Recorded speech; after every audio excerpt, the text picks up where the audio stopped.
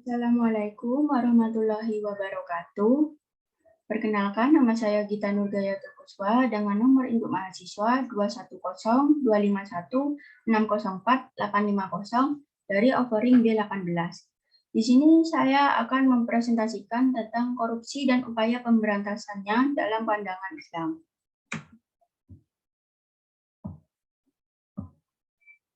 Yang pertama, pengertian korupsi. Korupsi yang dipakai dalam bahasa Indonesia merupakan serapan dari bahasa Belanda, yaitu korupti, yang berarti curang dan jahat. Sedangkan secara ilmiah, korupsi mempunyai arti yang bermacam-macam. Dalam Kamus Bahasa Indonesia atau KBBI, korupsi berarti perbuatan busuk seperti penggelapan uang, penerimaan uang sogok, dan lain sebagainya.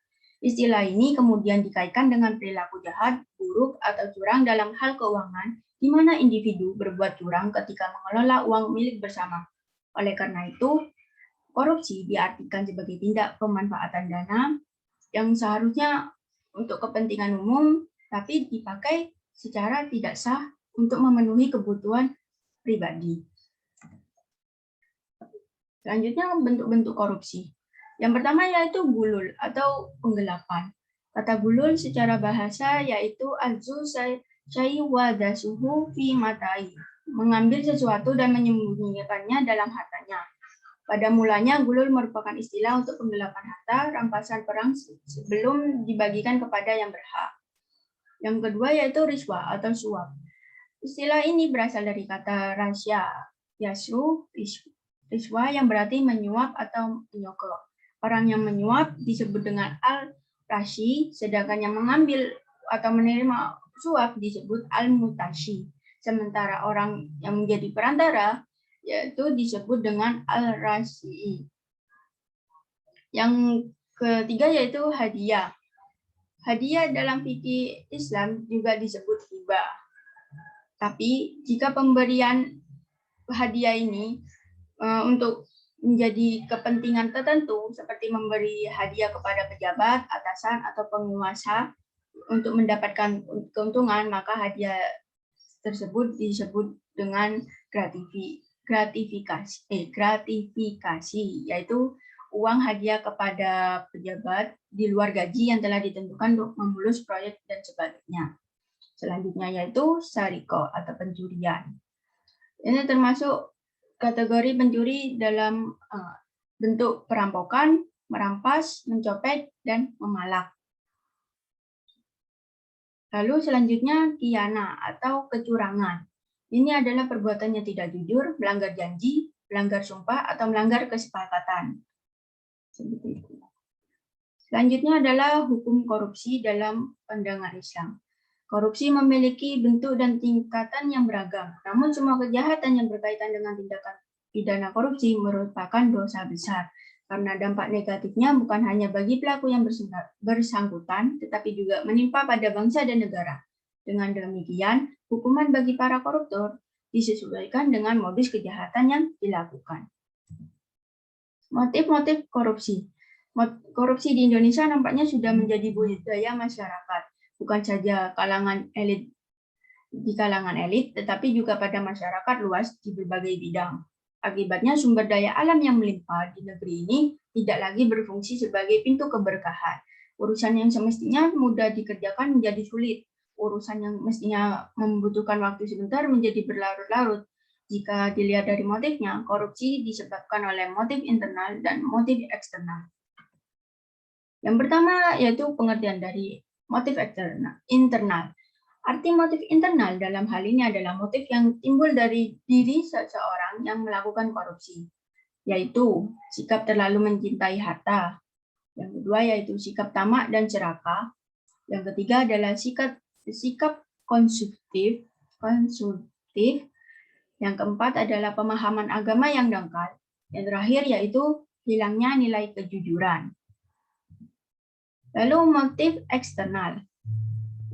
Motif eksternal ini biasanya dilakukan pada jika ada kesempatan atau sistem yang rapuh. Salah satu sebabnya seseorang melakukan tindak pidana korupsi, seperti kesempatan dalam peluang serta didukung oleh sistem yang kondusif untuk berbuat korupsi, antara lain karena tidak adanya pengawasan yang melekat di atasan, atau terkadang justru atasan mengharuskan seseorang untuk berbuat korupsi. Lalu ada faktor budaya seperti kebiasaan bagi orang Indonesia bahwa setiap seseorang menjadi pejabat tinggi dalam sebuah lembaga pemerintahan, maka yang bersangkutan akan menjadi sandaran dan tempat bergantung bagi keluarganya. Akibatnya dia harus melakukan perbuatan korupsi untuk memenuhi kebutuhan keluarganya. Lalu faktor kebiasaan kebersamaan. Fakta menunjukkan bahwa sangat banyak pejabat, kepala daerah, atau wakil rakyat yang diadili di pengadilan karena melakukan korupsi secara berjamaah. Itu sebenarnya tidak boleh. Lalu selanjutnya penegakan hukum yang lemah. Salah satunya penyebab orang tidak takut korupsi adalah kenyataan tidak ada sanksi hukum yang jelas bagi perilaku korupsi. Selanjutnya yaitu bahaya korupsi bagi kehidupan. Bahaya korupsi bagi individu. Jika budaya korupsi sudah mendarah daging pada seseorang, maka orang tersebut telah berusaha menghancurkan dirinya, merusak ibadahnya, mempermainkan doa, dan menghancurkan keluarga serta keturunannya. Yang kedua yaitu bahaya korupsi bagi kehidupan generasi muda. Salah satu efek negatif yang paling berbahaya dari korupsi adalah jangka panjang adalah rusaknya generasi muda. Dalam masyarakat yang korupsi telah menjadi kebiasaan sehari-hari. Anak-anak tumbuh dan menjadi pribadi antisosial. Yang ketiga yaitu bahaya korupsi terhadap kehidupan bermasyarakat. Jika korupsi telah membudaya dan menjadi kebiasaan sehari-hari dalam suatu masyarakat, maka ia akan menjadi masyarakat yang kacau seperti itu. Yang selanjutnya yaitu bahaya korupsi terhadap sistem politik. Kekuasaan politik yang dicapai dengan korupsi akan menghasilkan pemerintah dan pemimpin masyarakat yang tidak legitimat atau tidak sah di hadapan masyarakat. Yaitu yang terakhir bahaya korupsi terhadap sistem birokrasi administrasi. Korupsi juga menyebabkan tidak efisiennya birokrasi dan meningkatkan biaya administrasi dalam birokrasi. Selanjutnya ada bahaya korupsi terhadap sistem perekonomian. Korupsi juga berdampak merusak perkembangan ekonomi suatu bangsa. Jika sebuah proyek ekonomi syarat dengan korupsi, maka pertumbuhan ekonomi yang diharapkan dari proyek tersebut tidak akan tercapai. Upaya kembangkan budaya anti korupsi, yaitu budaya anti mencontek. Itu seperti plagiasi dan titip absen.